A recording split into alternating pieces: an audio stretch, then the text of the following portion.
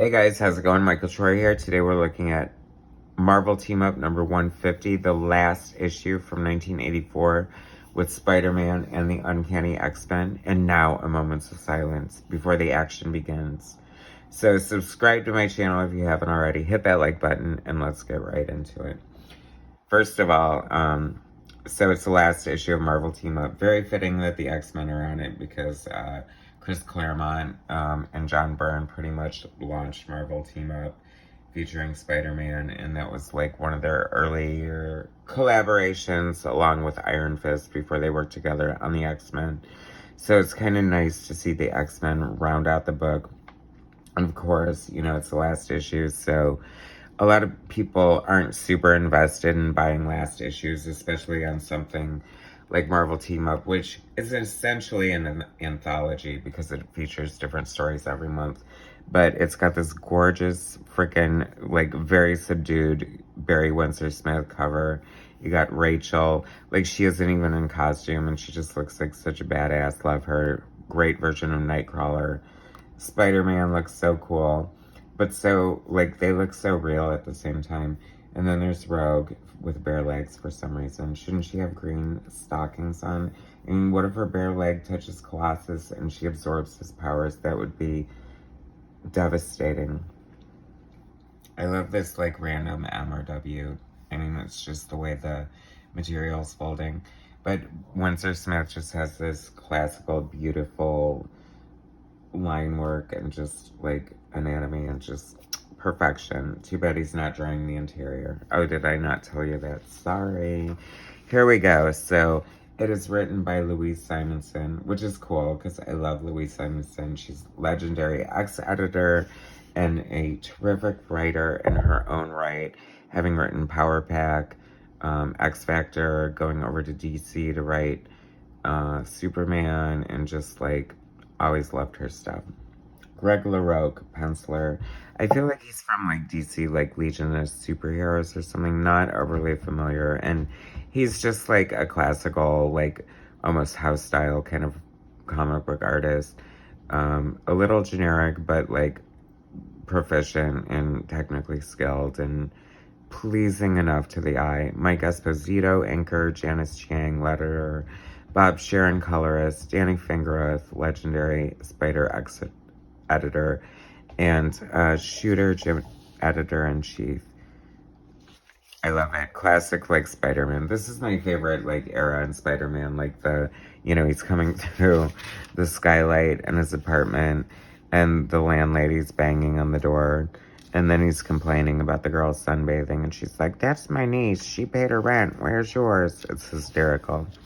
Juggernaut, so classic. I love it.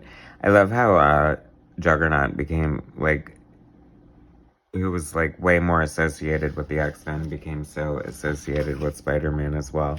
And I guess that's kind of the beauty of the Marvel Universe, even though, you know, like, I feel like in DC, like, you do see sort of, like, crossovers with villains, but, like, you know, Joker is definitely, like, Batman's villain, and Lex Luthor is Superman's, and blah, blah, blah. But I feel like they're a little more, you know, loosey-goosey in the Marvel Universe. I could be wrong about that, but it's just an observation. I love it. Avoiding, like, copyright instead of Nikon. It's like Ninok. It's funny, like, what a very, like, straightforward shot of the danger room, but it's kind of fun. I love seeing, like, random artists draw, like, stuff we're so useful to, and, like, very good storytelling. Like, you don't even have to read it to know what's going on. Like, she gets her costume ripped. I mean, don't they all have unstable molecules by now? Especially Rogue. Like, you cannot afford to have your outfit ripped, but I guess when you're wearing whatever the hell, like, this goes to show, like, remember how awful it looked, like, when John Romita Jr. drew it? Like, this goes to show that no one can make this outfit look good. I mean, it's pretty heinous, let's face it. And then Colossus is like, Bouge moi, I want to help. And she's like, don't touch my skin. Whatever. And there's Rain. I love it. The X-Men just sitting there.